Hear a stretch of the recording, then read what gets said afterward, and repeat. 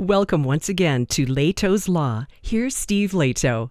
I did a video just the other day about the two dams that burst here in Michigan on the Tittabawassee River near Midland and further upstream, a little town called Sanford. And I mentioned before that I spent some time in the Sanford area in my canoe, and also a dam at a place called Edenville, which is upstream from Sanford.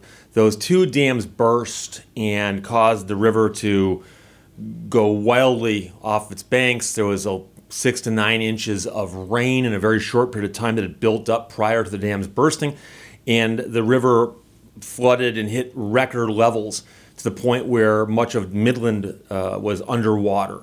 And there's a bunch of other problems. There's a huge Dow chemical complex near there that had these holding ponds that have now been overflowed, and all that's run into the river apparently. So there's a lot of stuff going on here. But I said I'd do a follow-up on it because I specifically wanted to get more information. I didn't want to be jumping to any conclusions or pointing any fingers, especially because there's clearly a lot of different things happening here. And there are some things about this that in hindsight now we look back on and say, oh, that makes sense, this would happen. But you can also kind of see where the tension came from. Tension is what we call it. It's a euphemism.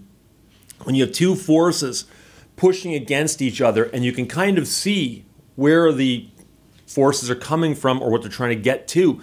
So out of the Detroit News, Beth LeBlanc wrote the article, "The dangers of the Edenville dam failure evaded state scrutiny." So the state of Michigan oversees dams, and also if the dams are used to generate power, the federal government often oversees them. So those are two of the parties to this, but there's more. So federal regulators pulled the license of the Midland County Dam because of the high risk it posed to the public. That was in 2018. So when they pulled their license, the federal license, they then basically told the state, hey, it's up to you guys now. We're out of here. And the feds left. So the state actually uses less stringent safety rules with regards to dams, and Michigan regulators turned their attention instead to protecting the wildlife in the water behind the dams. So days after the feds revoked the dam's license to generate power, the state took over oversight, inspected the dam, and declared it and its spillways to be in fair structural condition. Fair. Now, if you're grading things, coins, fair, it's right in the middle of the road. But fair implies that it's adequate, right? So you'd think so. Over the next 2 years, state regulators appear to have focused increasingly on the water levels in the lake. Because when the company would, quote unquote, draw down the water level and cause the artificial lake to go lower, they said, well, now you're messing with the environment within the lake. Also, for instance, Wixom Lake, which was formed by the Edenville Dam, is a lake with lakefront property. And many people who live on the lake have docks and boats. And when the water level drops in this artificial lake, it turns out that people who live on the lake now suddenly have a boat sitting in the mud or a dock that doesn't hit the water, and they're upset. So you've got a third group of people now who have a vested interest in this, and this is the lakefront people who say, we want the water levels up for our lakefront activities. The state is saying, we want the water levels up to protect the wildlife in the water. And the people at the dam appear to, at least at one point, have said, we need to bring the water levels down because of these issues with the structure and the dam. So it was the Federal Energy Regulatory Commission, or FERC, that had walked away from the Edenville Dam back in 2018 and said, we are withdrawing our permit. And so that put the dam under state regulation, and the state has less stringent rules on how to operate a dam.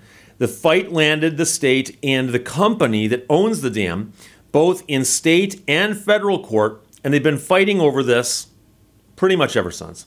The power company filed a lawsuit back in April, charging that it was being unfairly targeted for enforcement.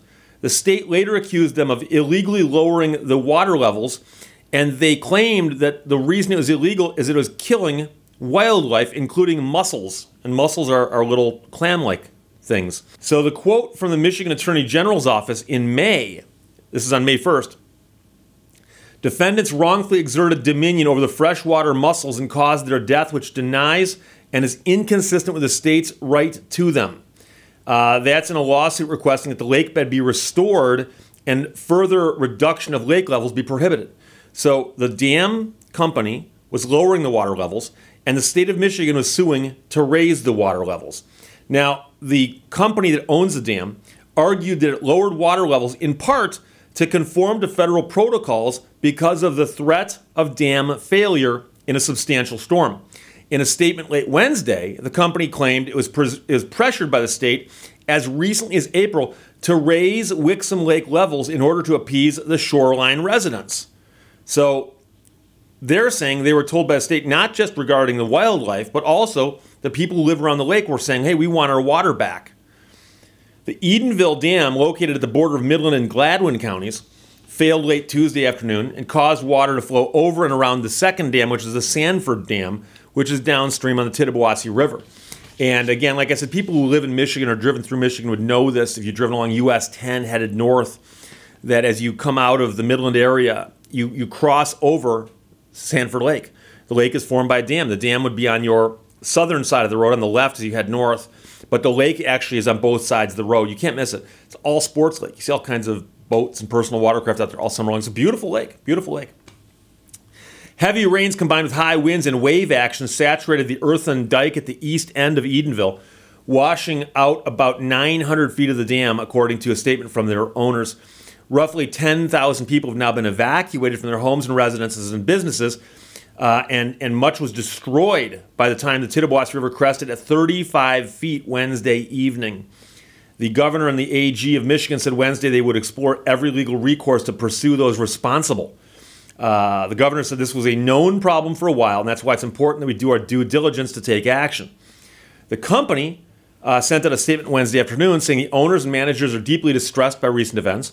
They have remained in ongoing contact with their dedicated personnel and apprised of the situation. Now, a lawyer for the company that owns the dams and the electric company, their primary concern all along has been the safety and welfare of the many residents of the Gladwin and Midland County communities. The transfer of regulatory authority over the dam from federal to state authorities only happened after years of effort by the FERC to force Edenville to expand the capacity of its spillways so it could survive a major flood. A spokesperson for the Department of Environment, Great Lakes, and Energy, or EGLE, says the state has only had authority over the dam for a year and a half. Having not had a previous regulatory role, we started from ground zero in our assessment of various aspects of the dam's condition and capacity. And if that's true, it makes you wonder why the state can't ask the feds, can you please give us all the information you have on this dam? I mean, that seems like that'd be a very simple request to make. Federal records show several violations, and consistent concerns eventually led to the revocation of the dam's license under the premise that the dam could not withstand significant flooding. The Energy Commission notified the dam's previous owner back in 1999 that it needed to increase capacity of spillways and alerted the power company to those concerns when the license was transferred in 2004. In 2012, the commission approved changes to the dam that would help the company meet the standards, but the $8 million price tag was more than the company could afford at the time. The company said that on Wednesday. The commission rejected the company's alternative interim measures to increase spillway capacity, and by June 2017, the commission cracked down, citing the owner's long-standing failure to address the project's inadequate spillway capacity at this high-hazard dam. Jennifer Hill, who is the Director Division of the Hydropower Administration and Compliance, said 13 years after acquiring the license for the project, the licensee has still not increased spillway capacity, leaving the project in danger. The spillway capacity deficiencies must be remedied in order to protect life, limb, and property. The commission on Wednesday ordered the company to establish an independent investigation team to determine what caused water to overflow the Sanford Dam, and said it would ask the state to require the same for the Edenville Dam. Now, the company, in a federal lawsuit filed in April against state regulators, acknowledged that the federal government had voiced concerns about the dam's unsafe condition, specifically the risk of catastrophic erosion from overtopping due to inadequate spillway capacity. And the complaint defended an unauthorized drawdown of water from Wixom Lake, arguing it was a preemptive measure to protect dam workers and prevent against a breach. And they said that breach could endanger Sanford in the city of Midland and a place called Northwood University, which is also in the area. So it's a mess legally.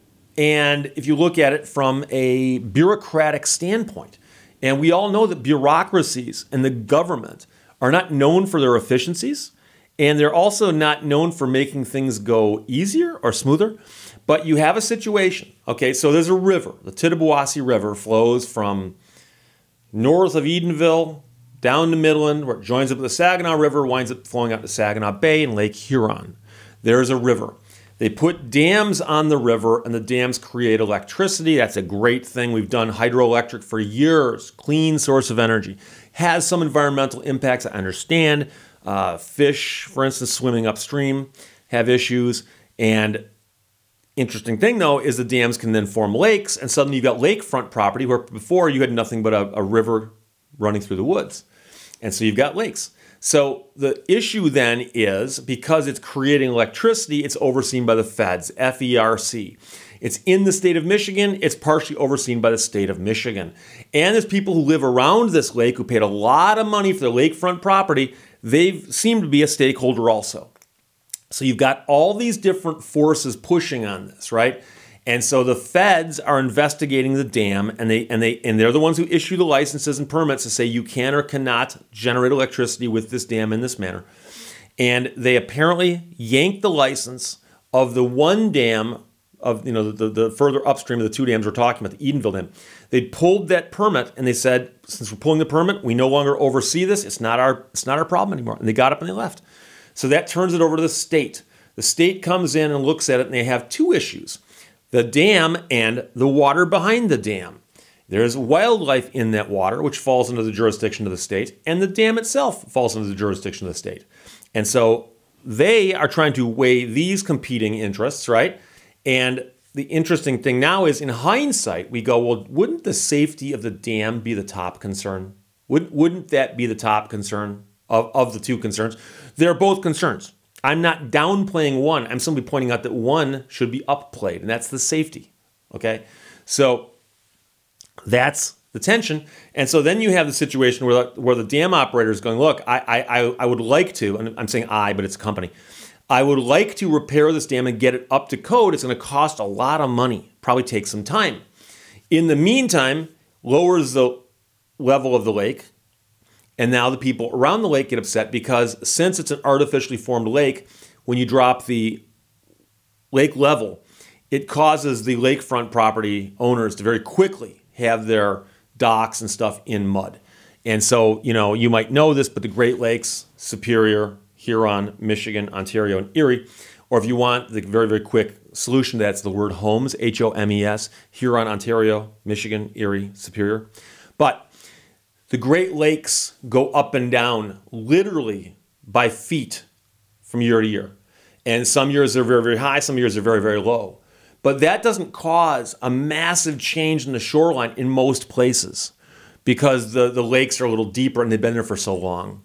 But when you have a situation like this where there's a river and you dam it and the water goes out here and now you've got a lake, suddenly when you undam or you release too much water here, the lake level goes back like this, and so does the shoreline. It recedes. And so I've seen photographs of what this lake looked like before the flood and before the dam breach, but after the water had been lowered, and you had mud going out quite a ways. And so your knee-jerk reaction, if you're a homeowner and you walk out to your muddy banks and you have a dock that goes out into the mud, and it's another 30 feet of walking through mud to get to the water, I can see that being a concern also. So I'm pointing out to you that while we watch the footage on CNN and national news, and it's all over the local papers, the Detroit News has done great reporting. The piece I just read from is a much, much longer, very, very long article that explains all this in great detail. I simply skimmed over a portion of it because I wanted to get out the explanation of all these competing, I hate to say forces, but I guess they are forces, but competing forces that are all pushing on this situation. And we had the worst thing happen. And the worst thing that happened was a once in several hundred year storm that caused flooding of such a catastrophic nature that it took out the first dam, and then that caused the second dam to fail also. And now Midland and the company Dow are underwater, and that is going to cause massive problems. Now, it appears that as far as human life goes, I think we're still okay on that. I don't think anybody's been killed by this. So that's obviously a bright spot. But there's going to be a long time before people can return to their homes. And this is going on, by the way, with recent events in the news otherwise. So it'll be a while before people can return to their homes, and then the cleanup begins. And then beyond the cleanup, then it's what do I do if my house got destroyed? Businesses got destroyed also. And so it's going to be quite a mess. And I will tell you that I went canoeing up in the Sanford area last summer, and I shot some footage, and I displayed some of the footage in the last video I did about this. And I'd forgotten that before I went canoeing, I walked through downtown Sanford, and there was a very unusual little business there called Fiero's Forever. And there's a guy there who's apparently a Fiero guy, loves Fieros. And I shot footage of his business. Now, it was closed the day I was there, but I walked by and I looked inside, and he had some Fieros inside. And then he had a couple rows of Fieros parked outside, Pontiac Fieros. The guy loves Fieros. And as I was watching the news reports come across, I saw somebody mention, they go, yeah, there's a bunch of Fieros out in the middle of Sanford.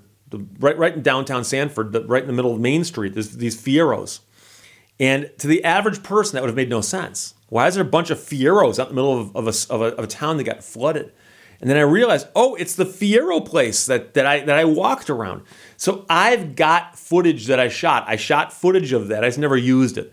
So when I'm done editing this video, I'm going to edit a video of just that Fiero place from last summer. I just think some of the car guys will dig it. So I'll put that up. But I wanted you to understand that, as with many things in life, especially something this large, there are more complex forces happening that cause it to happen. It's not something that's so simple as we can point the finger at and go, that's what happened, or that's what happened. A lot of stuff happened to cause this. And that's true of a lot of catastrophic failures, especially in the engineering world. It's not usually one mistake, it's usually several mistakes. So there was a lot of competing things happening here that caused this. It's a tragedy, and I will continue following it, and I'll update you as necessary. So I will talk to you later. Bye-bye. Thank you for watching Lehto's Law. No matter what decision we make, be prepared to accept responsibility for every outcome.